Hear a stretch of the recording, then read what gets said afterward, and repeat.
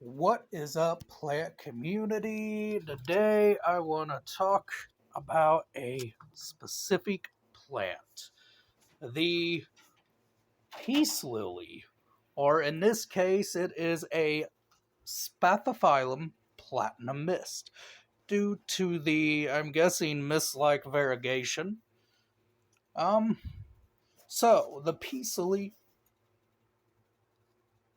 Let's talk about it. Let's talk about the care on this specific plant and just all of them in general, the generalized care. And yes, I know this plant is looking a little but this will lead later on to a great example of this video. So, the Spathiphyllum, or Peace Lily Platinum Mist, or just Peace Lily, because there's other different variants of peace lilies, including the giant peace lily, large peace lily, the normal peace lily, the peace lily domino, and this new variant, the peace lily platinum mist. So, let's talk about care.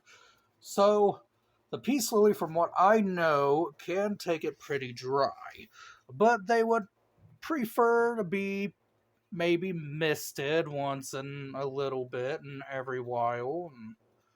Or you could just supplement humidity by using a humidifier. That seems to work well with them.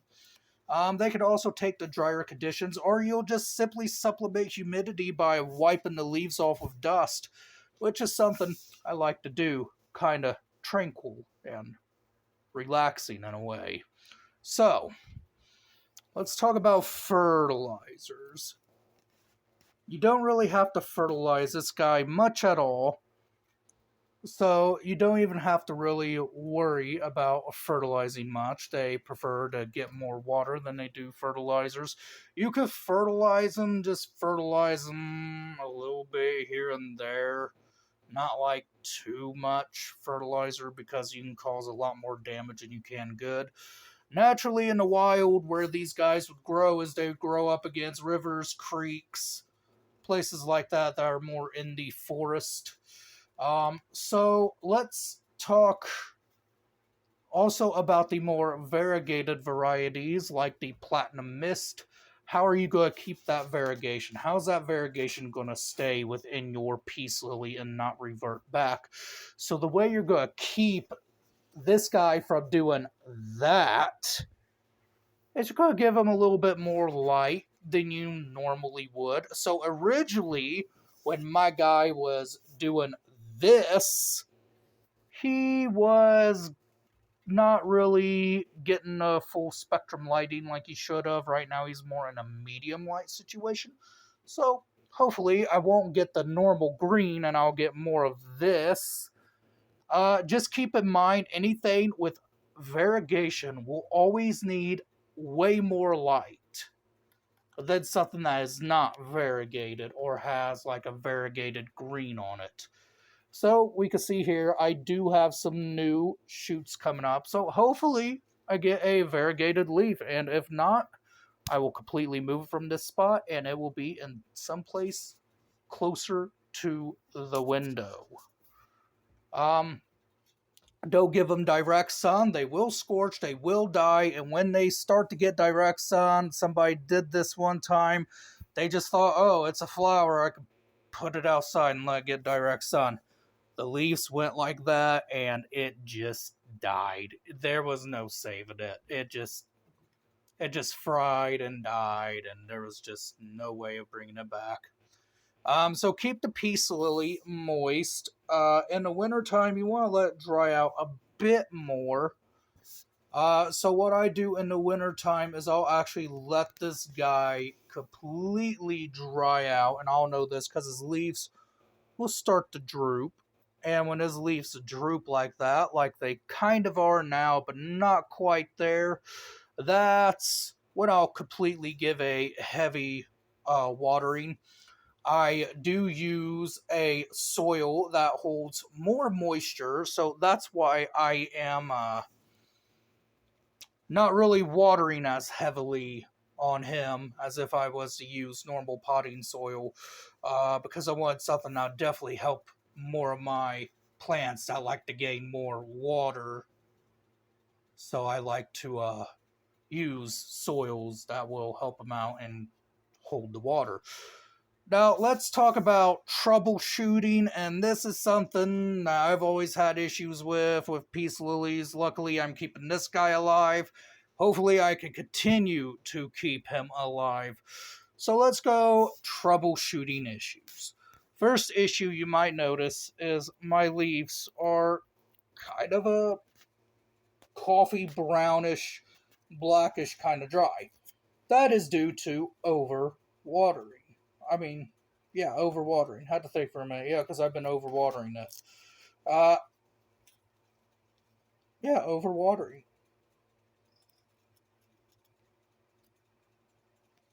So this is what happens when you overwater the plant.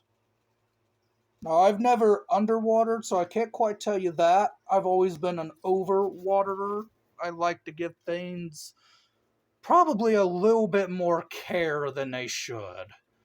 And that's probably not the greatest trait to have when you're dealing with certain plants, especially more of the succulent variety or subtropical variety.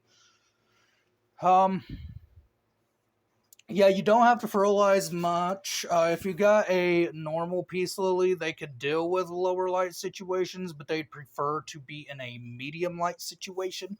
Medium to medium bright to close to a window, but not where they're receiving direct sun. That's also another thing where a lot of people fail with the peace lily, is they give them a lot of direct sun through a window, and they wouldn't like that even in nature. Where they grow underneath the canopy of the forests. So that there tells you that, yeah, they don't really like a lot of light at all. And you gotta imagine on a lower part of the rainforest or wherever they are commonly grown in the forest, where they naturally thrive as a native flowering plant, they don't get a whole lot of light. So when it comes to variegation, they need a little bit more light, but not too much to where it is direct. Another thing is if you're going to take them outside for the summer, definitely make sure you have a big tree that can provide canopy. So that way the canopy will shade out the direct sun that could possibly harm the peace lily. Or if you just have an area where it gets absolutely no sun, that would even be better. Now, when you take them outside, they're probably going to need way more water than what they would inside. Common pests on them, spider mites, thrips. Really, I've seen them get attacked more by spider mites than I have thrips. Millibugs. I've heard about millibugs too, attacking them heavily. Um, Otherwise than that, potting. Let's talk about potting. When it comes down to potting these guys, let them kind of fill out the pot. Don't pot them up too early. They like to be kind of cramped in their containers. So if you can let them be cramped in their containers, I would definitely recommend that. Let them stay kind of cramped in their containers.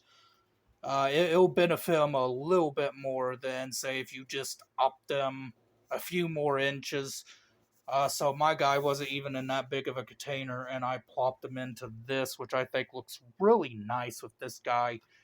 And he's kind of struggling a bit, but he's getting out new growth. There's like new growth right there, new growth over there, new growth here. So he's going to be just fine long as I keep up the healthier watering schedule than the watering schedule that was giving out these. The best way I can honestly say, and this works for me, it could work for different people. The best way I say you can water these guys is just really wait for it to look sad and dramatic, because they are drama queens. So when they look sad and they're just all kind of limped over like this, like tomorrow, this guy will probably be more like this. within a few minutes or a few hours, once you water it, it will be fine and it will continue to grow for you. Uh, yeah, just a real simple plant, not much care. My main problem is I like to overcare, and that's where I mess up a lot on some of my tropicals and subtropicals. Not really my tropicals as much as it is my subtropicals. Um, yeah, very easy plant to care for. Another thing that can cause these two, which will be more kind of like this, is dry air. I currently have a humidifier going to where I'm not getting these little tips like this where it's dry, because I know I've been watering accordingly now.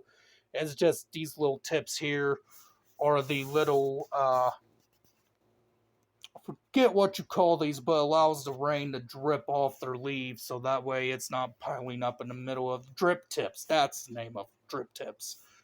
So yeah, your drip tips will dry up a bit if you don't have good humidity.